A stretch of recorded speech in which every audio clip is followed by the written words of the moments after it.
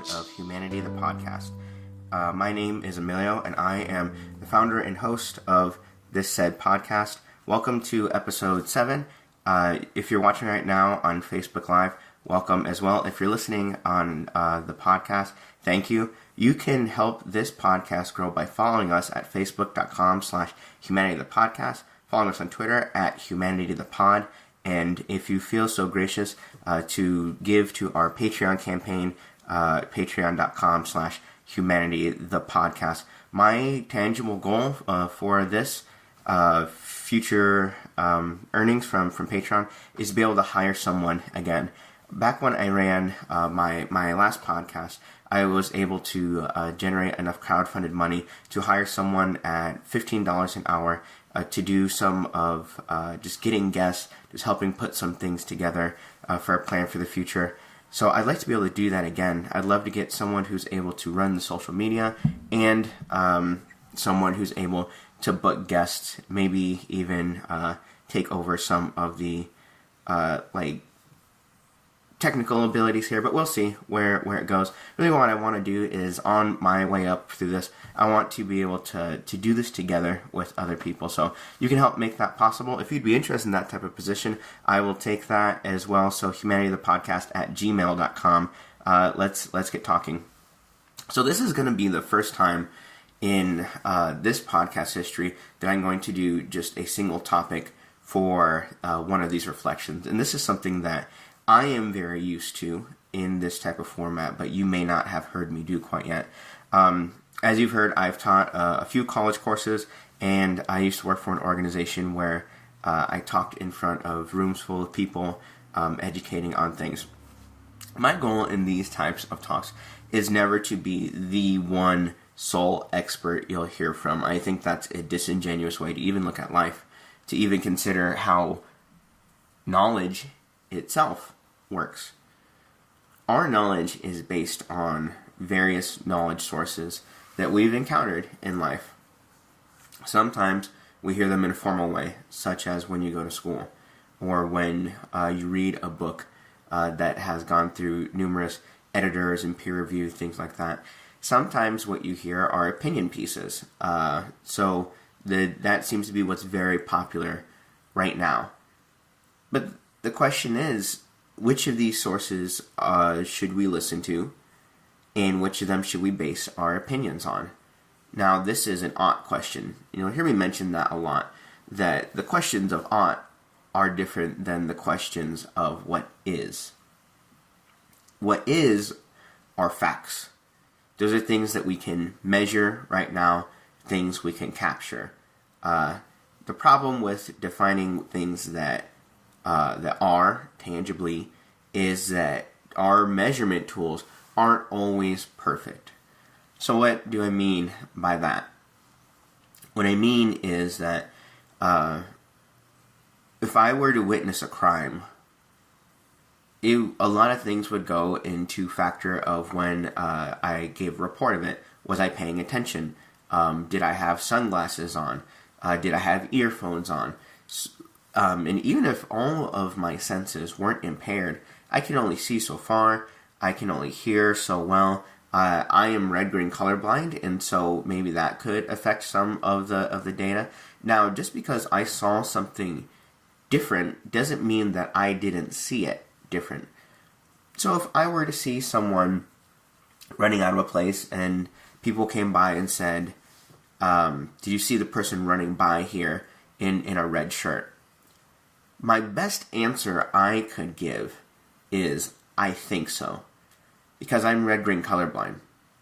So I wouldn't actually 100% know because I couldn't trust my own senses. Through no fault of my own, it's just I view the world differently than you. This is kind of a roundabout way of getting into the topic here of immigration. Because what we have here is an issue that the United States has grappled with for the last couple hundred years. There's been policies about immigration since, I believe, 1780 was the first one. And people have different goals. People have different goals at the end of immigration debate. So we're not even headed in the same direction. We're kind of pointed with our eyes towards the same goal, but when we get there, someone will be incredibly disappointed, no matter which direction we go. So let's start jumping into this issue. Some people like to hear credentials. Why am I credible to speak on this topic? And some people would say that you should only present an argument in its raw form, or else you risk influencing it through logical fallacy of appeal to authority. What I'm saying is, what I want to be able to do is break this down into small enough pieces where I can say, do you agree with this side, or do you have another idea?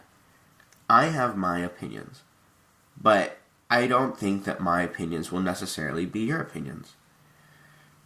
This is a hard concept for some people to grapple with,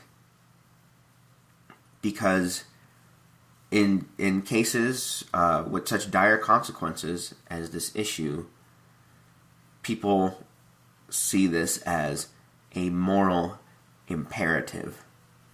So big fancy word. Let's just break it down. Moral, what is right and what's wrong. Again, that is the ought. Imperative, meaning it 100% should be done. Not a question of I'd like it to be done, but rather this should be done. So what is the moral imperative of immigration? For some, the moral imperative of immigration is that we need to save the people who live in our communities, and we need to save their children, and we need to make sure they're safe. That is the moral imperative, which is very compelling, I would say, and I would say that's probably the way that I lean, is that if I were to see people suffering in any situation or in danger, I want to be able to help them. And so that's one side of the issue.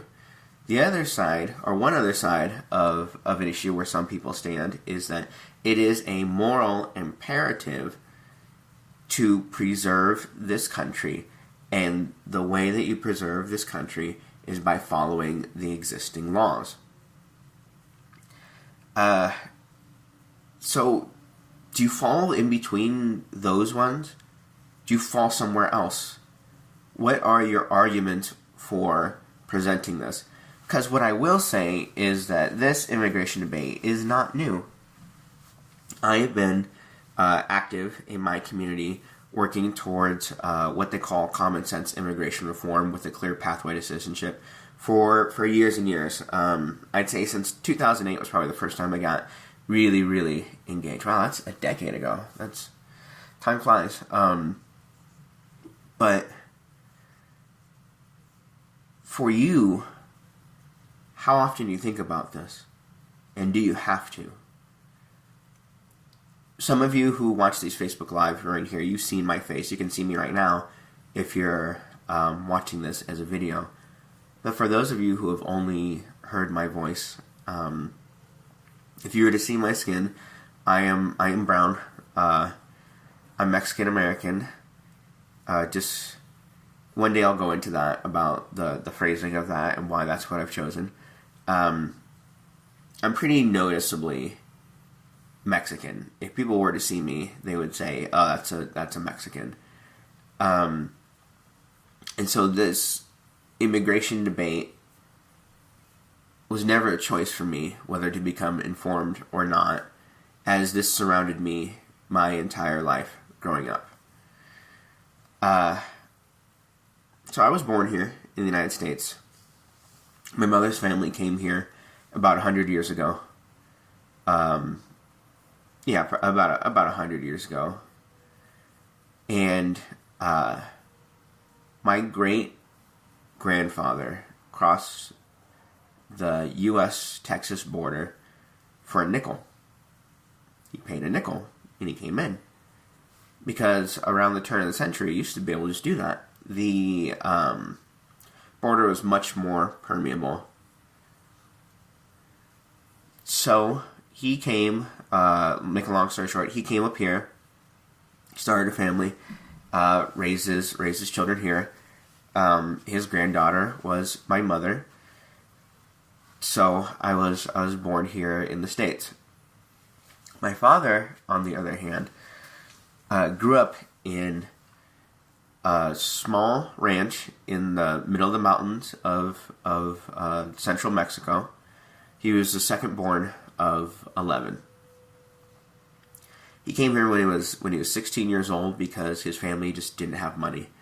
And that's something we'll get into when we talk about the causes of human migration. So when he came here to the United States, he worked for years in conditions that most people would consider inhumane. So this was the 1970s, but I'll tell you, these conditions persist to this day.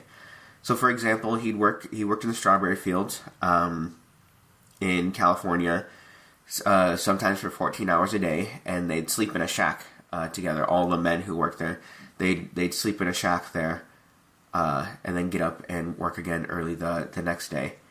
You have to imagine he was a child around this time. Even now, it depends whether you call teenagers children or not. But I work with teenagers, and I'll tell you that they are children. They're just transitionary children.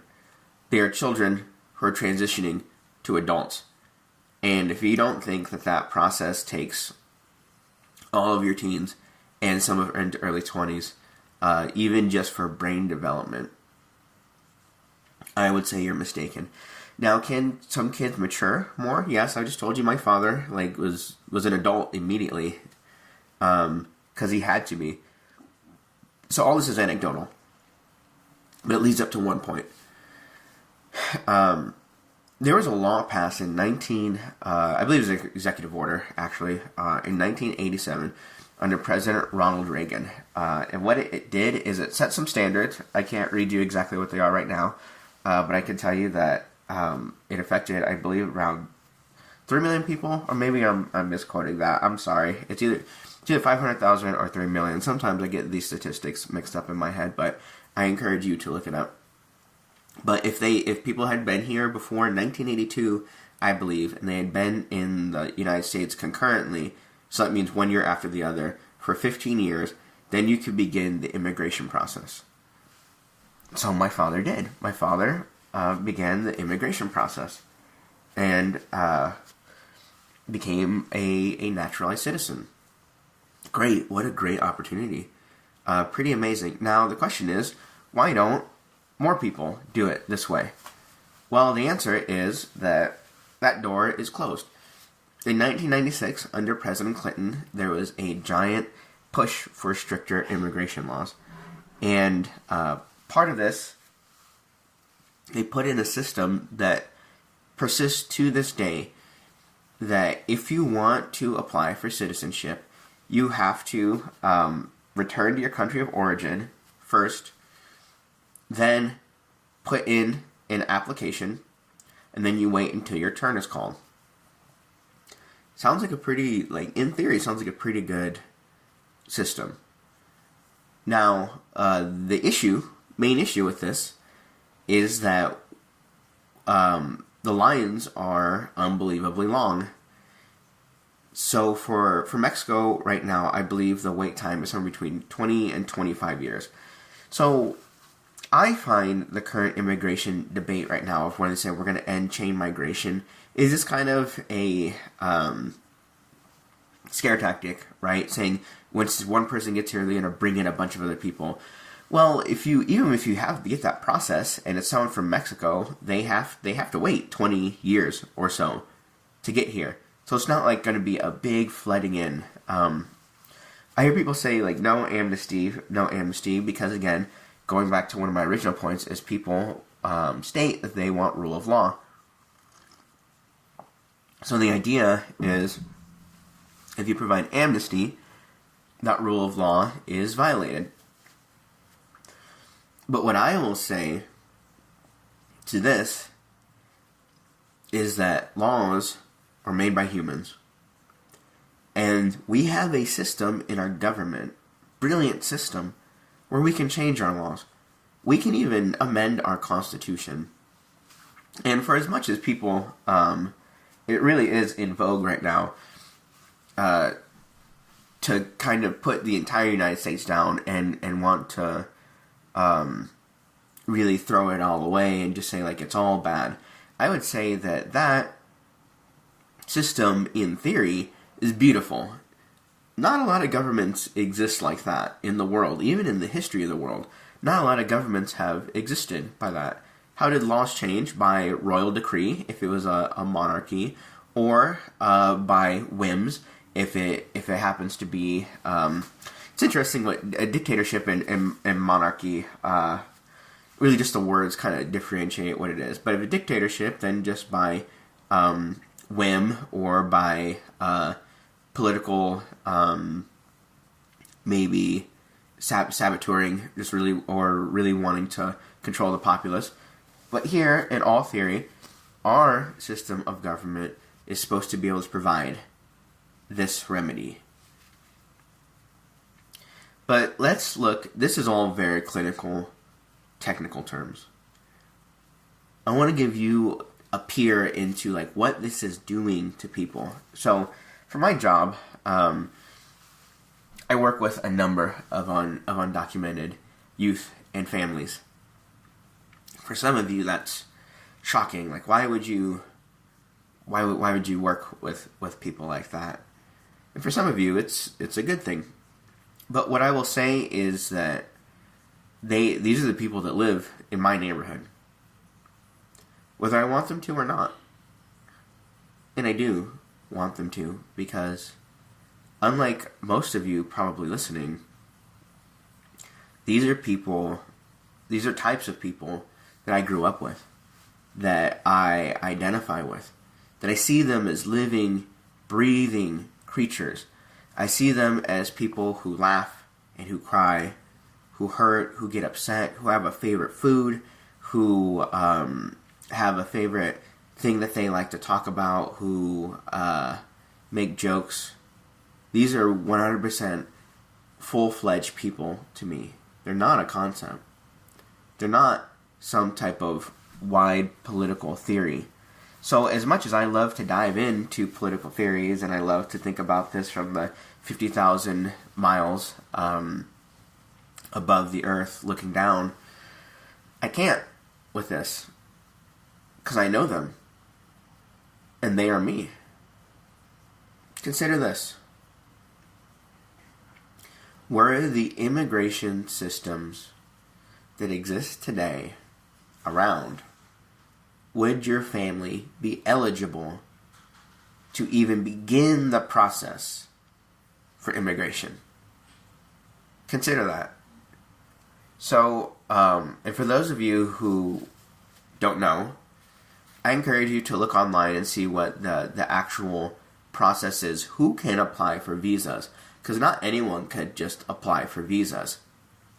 If you're a person and you're considered low-skilled, which one day I'll go on a rant about that, why, like, what a terrible framing that is. But if you're considered low-skilled, you have no familial connections inside of the United States, you have no business connections inside the United States, there is no pathway to citizenship for you except for the immigration lottery system.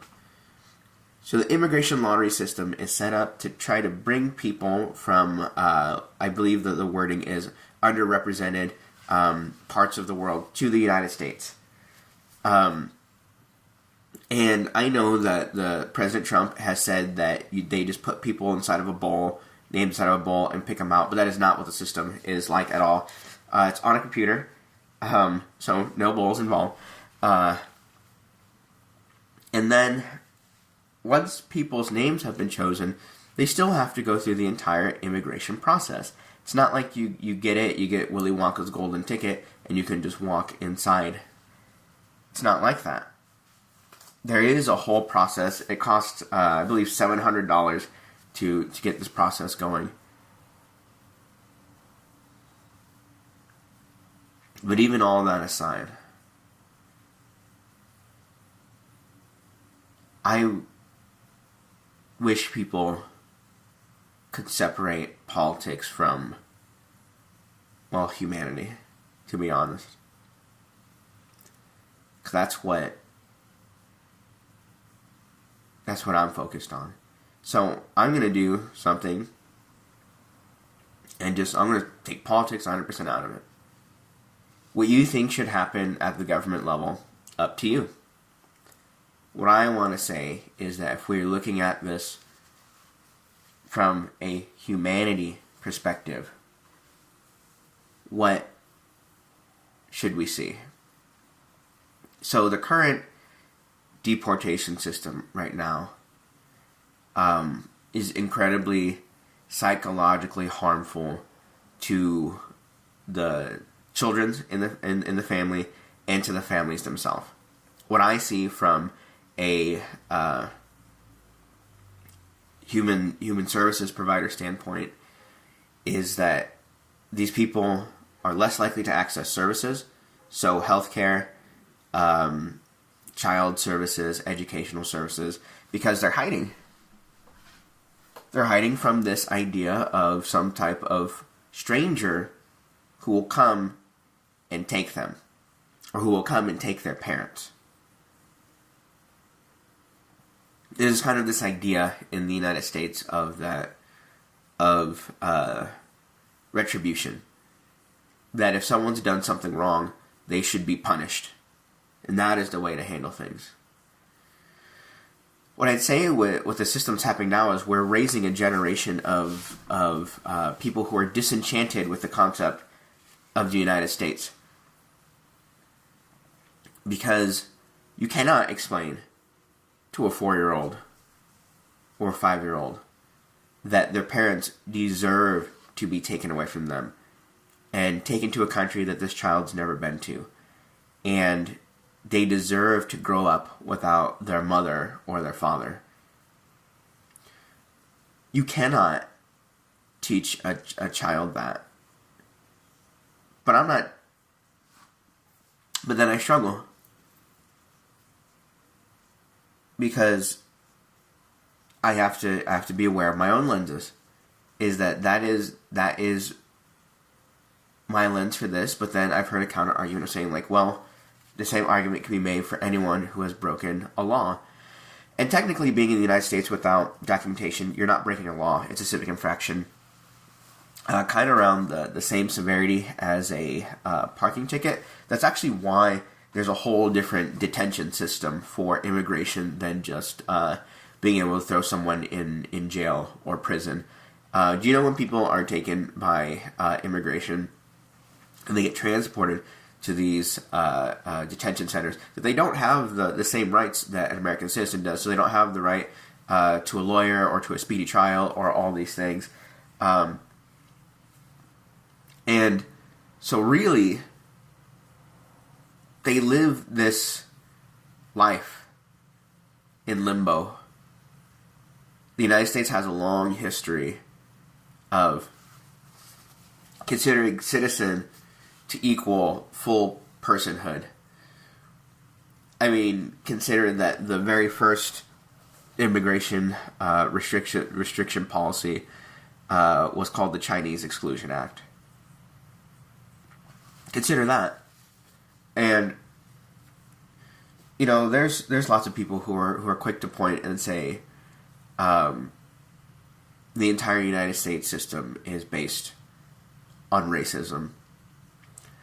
And actually, if you look through history, it's incredibly hard to argue counter to that. One of the first bases in 1790 with the original, and it's slipping my mind what the original Citizenship Act was called, but it states very clearly in there that it is for free white people. I don't remember if it says men or not, but I know at least it says free white people. And it would take almost 100 years to add the next group. It would take almost 100 years in the Civil War to add, I believe the wording in there is people, Africans or people of African descent. And it would take hundreds of years to get to the system we have right now. Now, our system is not perfect. But for the people who decry just people who are coming here from Mexico, or people who are coming here from South America. That's what humans do. Humans migrate for all kinds of reasons throughout all of human history, be it climate, be it economic opportunity. In economics, at some point, by that I just mean resource accrual. So at some point, when there's not enough food, water, shelter, the necessities of life, food, water, shelter, and then if we take one step up on Maslow's hierarchy of needs, safety, people move, people migrate. Because human beings are survivors. That's just what we are set up as.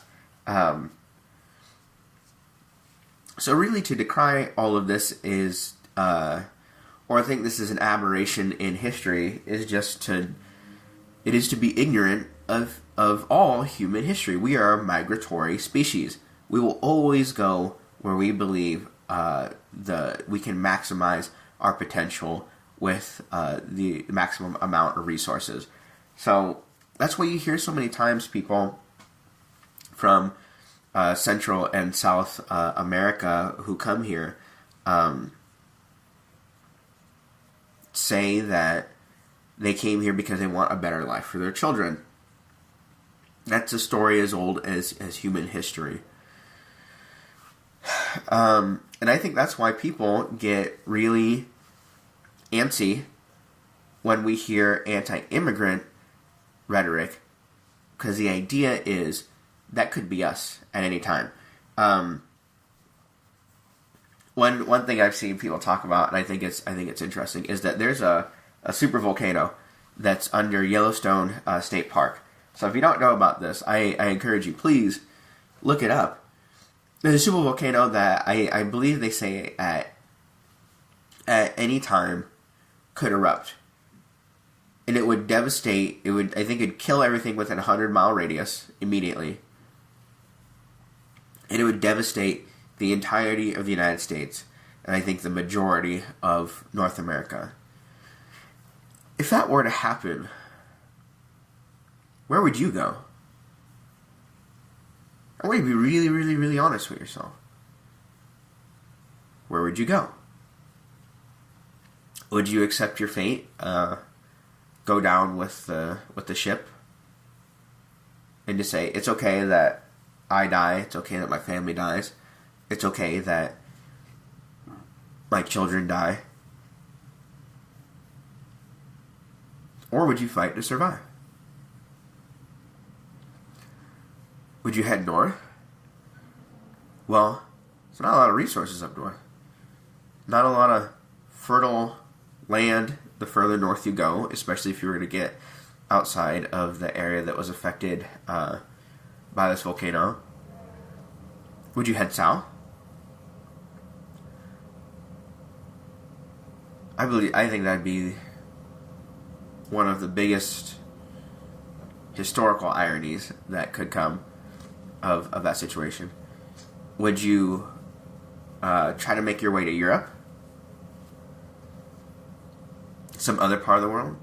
The question is, while you were huddled inside of a FEMA tent,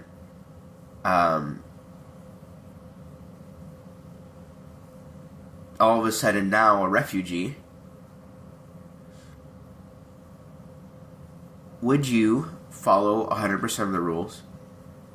We have people in this country who, with that refugee status, do. But that refugee status itself is a political tool.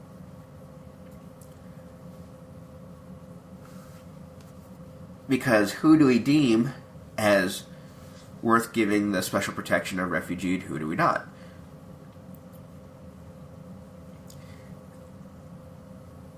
But I just want you to try to imagine that for yourself. And be honest. Don't paint yourself as a superhero in this situation. You'd be scared, tired, malnourished. You wouldn't be on your A game, I guess is what I'm trying to say. But how would you act?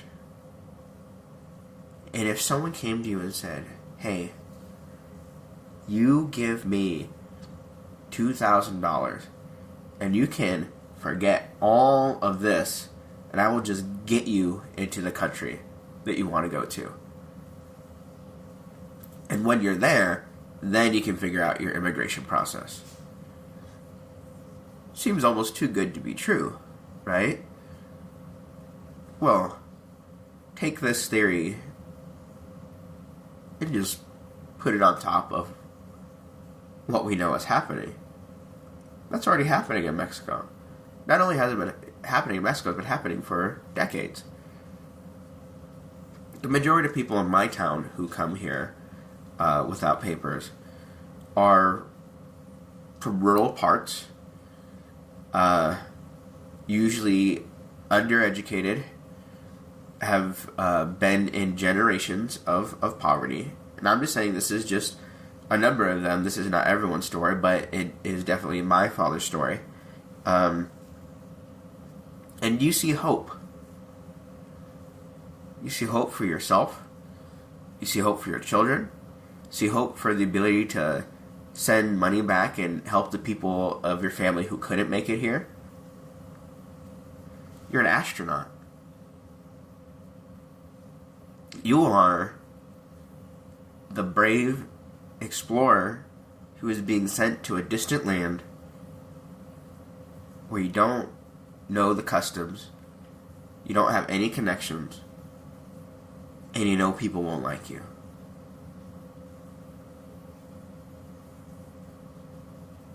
So imagine yourself in that situation.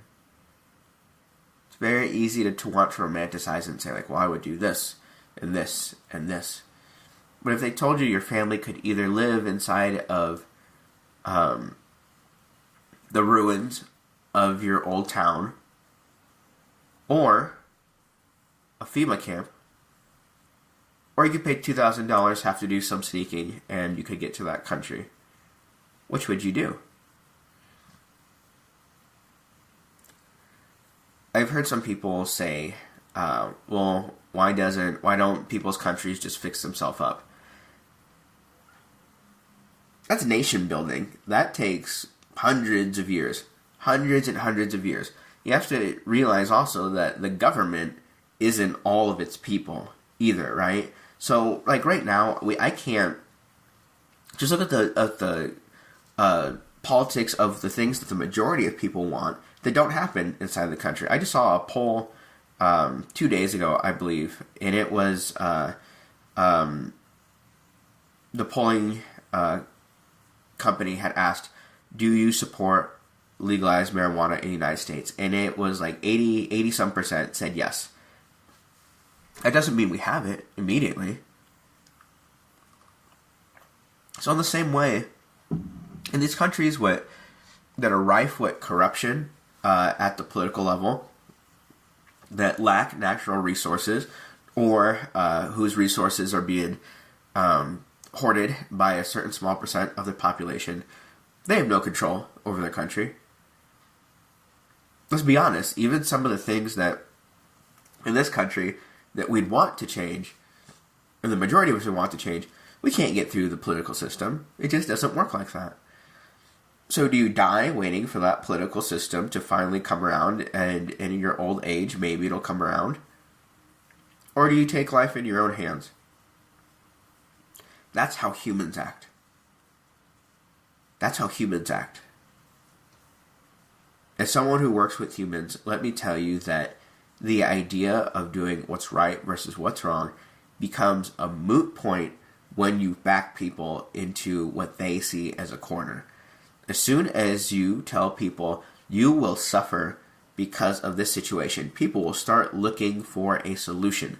And if you've never had to do that in your life, you are one of the top 1% of the entire world. The world is made up of people making hard, morally ambiguous decisions. And I think it's, honestly, I'll say it's disheartening, for one, for people to try to boil this subject matter down to just a matter of political talking points. And then I'll take a step further and say it's sickening. Because how many of the people who are even voting on this, who are even debating these things, on either side of the issue, have ever actually lived this?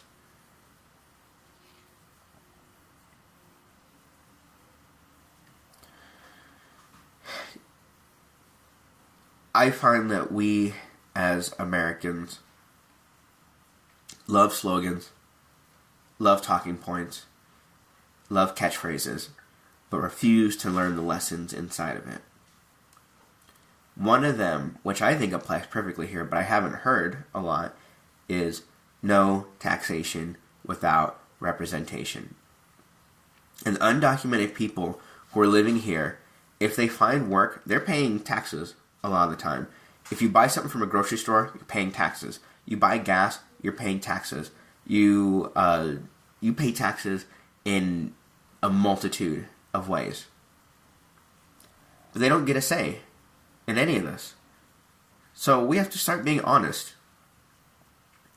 Is the United States just a series of catchphrases? Bring me your tired, you're poor, your huddled masses. Terms and conditions apply.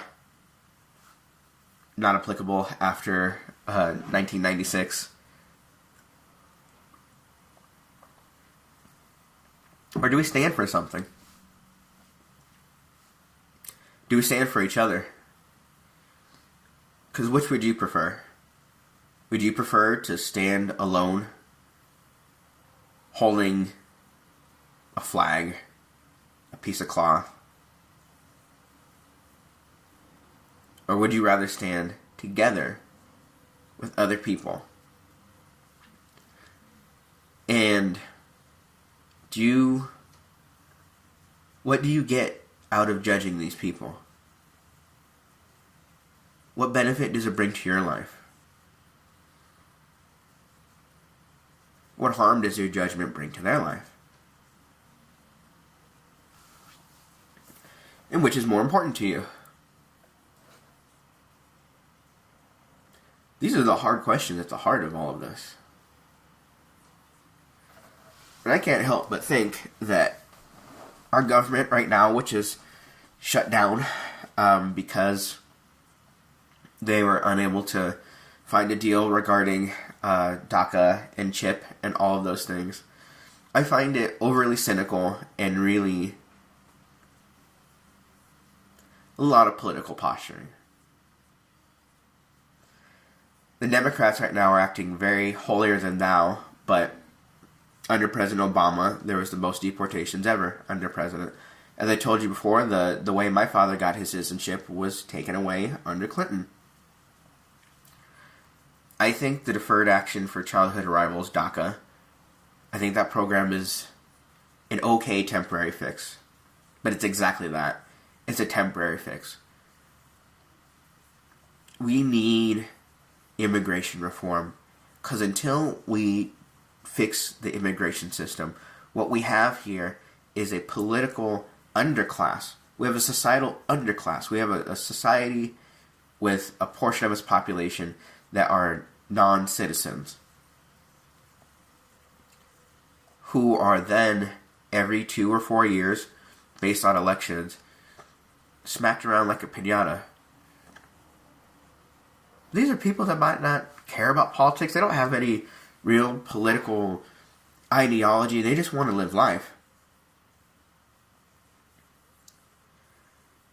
But the question is, if you want to deport everyone, okay, but there's not a budget to do that. There's not money to do that. And there's no way to do that in a humane manner as well. When people say just like round everyone up and send them out, do you accept the fact that people will die because of that? Dying because maybe you pick up someone who happens to have pneumonia and you put them in one of these detention centers and they're around 200 other people, and so the medical personnel just doesn't see that one person. Maybe people don't speak Spanish that well, maybe they don't listen to the people, and that person goes to sleep there and dies. And that person would have survived with medical care. Is that acceptable to you? Now, that's hypothetical. Would you accept that there will be children who will grow up without their parents here? That's the system that exists right now. They will take people's parents, and those people will never see their parents again. The question is, well, I wouldn't be able to see their parents. Well, let's just say that that person then goes on to grow up in poverty, can't afford to go back to their country. Maybe that country is so dangerous, war-torn, etc., that it just doesn't make sense to come back, and their parent can't ever come back. Would you accept if someone said, well, you can call your mother maybe twice a week when she goes into town to the phone system that's there? Would you accept that? And if it's not okay for you, then why is it okay for other people? I think this is where we get to the crux of it. To you, are immigrants people just like you? Could they have the same thoughts, the same dreams, the same fears? Or are they inherently different in some way than you? This one is easy for me. This is not an ought. This one is an is. These people are just like you. You easily could have been born in their situation. They easily could have been born in your situation. So to act like there's some type of moral high ground in wanting to be punitive to one of the most vulnerable populations right now in this country is dehumanizing. I want to thank everyone for tuning into this podcast today. It's an issue that's very close to my heart, and it's something I'll be talking about a lot more as we go forward. If you disagree with anything that I say, please go ahead and leave a comment. Or if you like what I said, please feel free to comment. Head over to our iTunes, give us a rating, share this with everyone you know. My goal is to get this bigger and better every single time that I do it. Head over to our Facebook, subscribe there.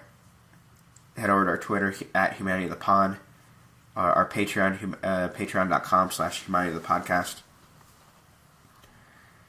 So with that, I'll leave you to consider.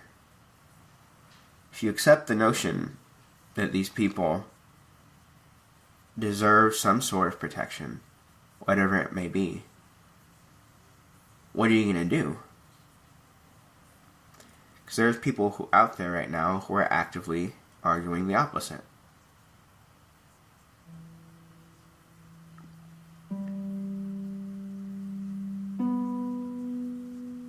What will you do?